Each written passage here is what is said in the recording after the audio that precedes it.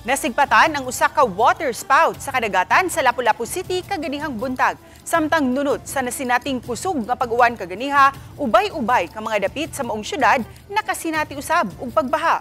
Si Luan Mirundina sa report. Nakuhaan sa usa ka netizen kining usa ka water spout nga napurma sa kadagatan sa Lapu-Lapu City pasado alas 7 kaganihang buntag. Nahimutang sa usa ka high-story building sa barangay Punta Engaño ang maong netizen ug kita kaayo gikan sa iyang nahimutangan ang water spout o ipo-ipo. Sa susamang oras, nakuhaan usab og video ni Ariel Berdon ang naasoy water spout samtang nagsubay siya sa sitio Takan, Barangay Ibo.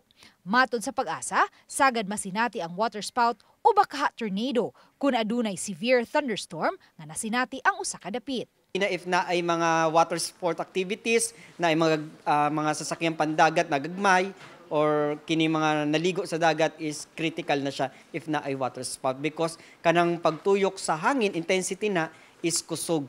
That is usahay lagpas pa sa super typhoon category or mo range kini 100 kph up to more than up to 500 kilometers per hour. Alas 7:13 kaganihang buntag, nagpagawas og thunderstorm advisory ang Visayas Pag-asa Regional Services Division nga nakaapekto sa Lapu-Lapu City ug sa lungsod sa Cordova.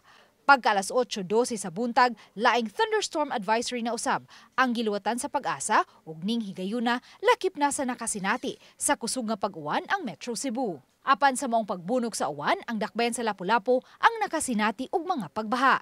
Sama na lang ni ining post sa pipila ka mga netizens. Nasusama sa sapa ang Maximo Patalinghog Jr. Avenue sa Barangay Basak tungod sa kataas sa lebel sa tubig. Ang maong video habig sa usa ka industrial zone ug nakuhaan sa netizen nga si Will Libre. Samtang laing netizen usab ang nakakuha og video sa nakasinating pagbaha sa Barangay Paho.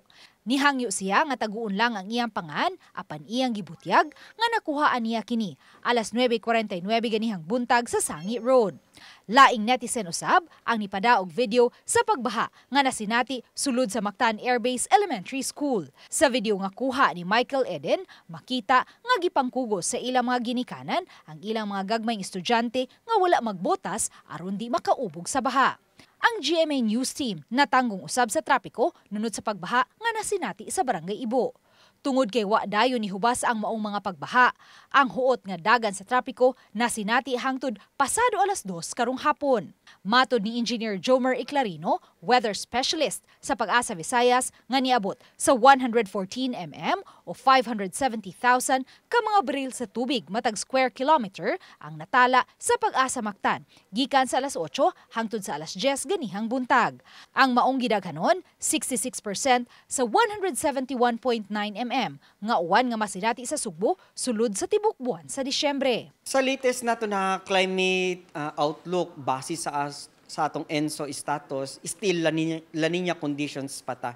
So if La Nina conditions expected nato this month of December, there is Cebu, Central Visayas, up to above normal ang atong expected na pag-uwan. Samtang si Mayor Cindy King Chan pinaagi sa iyang social media post, ni pasabot sa rason kung nganong nasinati ang mga pagbaha. Iyang gipunto nga ang daghang uwan nga nabubo sa syudad, nadungan usab sa high tide. Nangayo siya og dispensa sa kahasol nga namugna sa pagbaha ngadto sa mga motorista.